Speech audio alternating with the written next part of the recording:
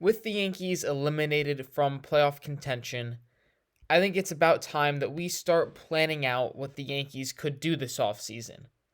It's a little early to make exact predictions on what they will do and have a detailed blueprint for the Yankees because the regular season is still underway. People can get hurt. Players can accept or decline options. So it's impossible to plan out everything. But I want to give two players the Yankees should avoid this offseason. Two players who are good and would help the Yankees, but are going to be massive overpays if the Yankees decide to get them and hurt the team long term. First player is Cody Bellinger. Cody Bellinger has had the comeback season of all comeback seasons. He was a former MVP, former Rookie of the Year, just an amazing player. And then he took a steep drop off in 2020. Okay. Could he recover? No. 2021, 2022, awful. He struggled to hit above the Mendoza line in 2022. This year, contract with the Cubs, 1 year, and he's proven himself. In 125 games, he's hit .305 with a .355 on base percentage, .531 slugging for an OPS of .886. Plus, this guy's an amazing defensive center fielder who swings the bat from the left-handed side. There's a lot of reasons why the Yankees should love that approach from Cody Bellinger. You get a really good hitting lefty who's fast and plays great defense in center. Sign me up, right? I'm skeptical of Bellinger. There are a lot of red flags with him. First, look at the track record of him. This is his first good season in 4 years. The last time he put up good numbers was in 2019. Since then, he's had 3 straight seasons of hitting terribly. So yes, he's made some changes, but that is a big red flag there, and a reason to be concerned. Second, he's going to get a massive contract.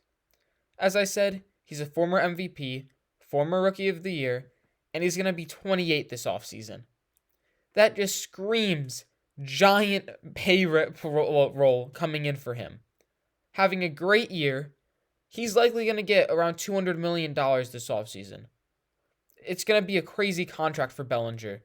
And with the red flags in the previous years, and it's just 1 year to base off of, I'm not buying it. And the advanced metrics also don't back this up. Advanced metrics we can't fully trust. I know the Yankees love their advanced metrics, but they've led them on wrong paths before. But the advanced metrics with Bellinger are really concerning. So, expected batting average and expected slugging are based solely on exit velocity and launch angle.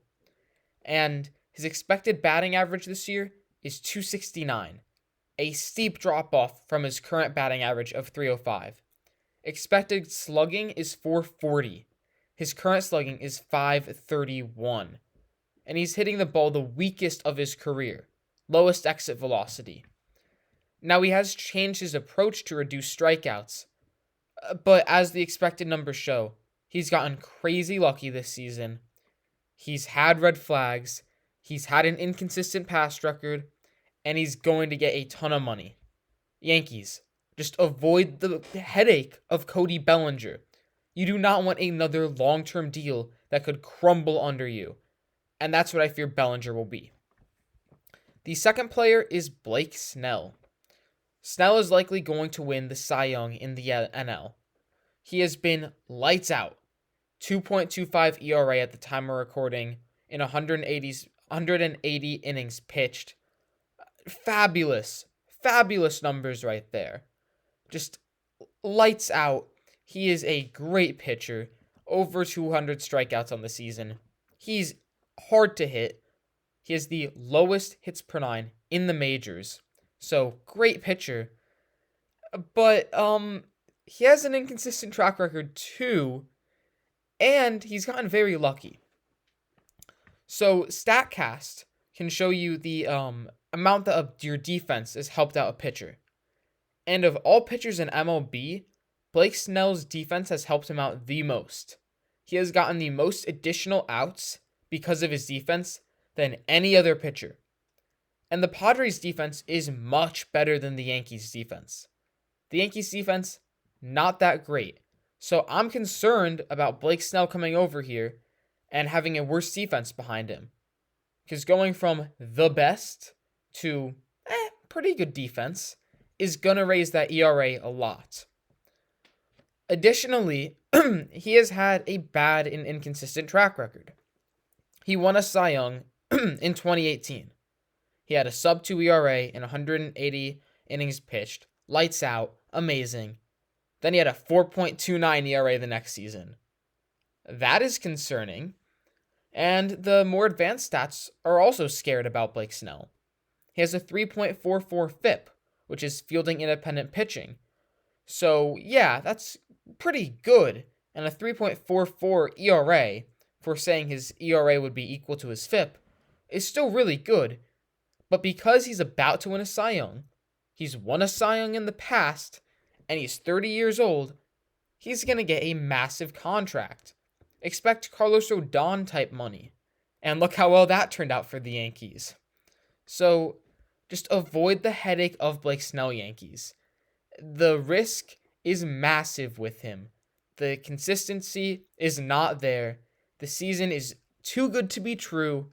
Avoid the headache. Don't give out another big contract to a pitcher who's inconsistent. So those are two players I think the Yankees should avoid this offseason. They're going to have a lot of teams throwing money their way, and the Yankees should not be involved in that. Don't lock them up to long-term deals. That's going to hurt the team. Be smart with your money, Yankees. You can make 2024 a good season with some of the right moves. But getting Cody Bellinger and Blake Snell are not those moves, and they would hurt the Yankees in the long term. But tell me what you think. Should the Yankees go after Cody Bellinger and Blake Snell this offseason, or should they avoid them?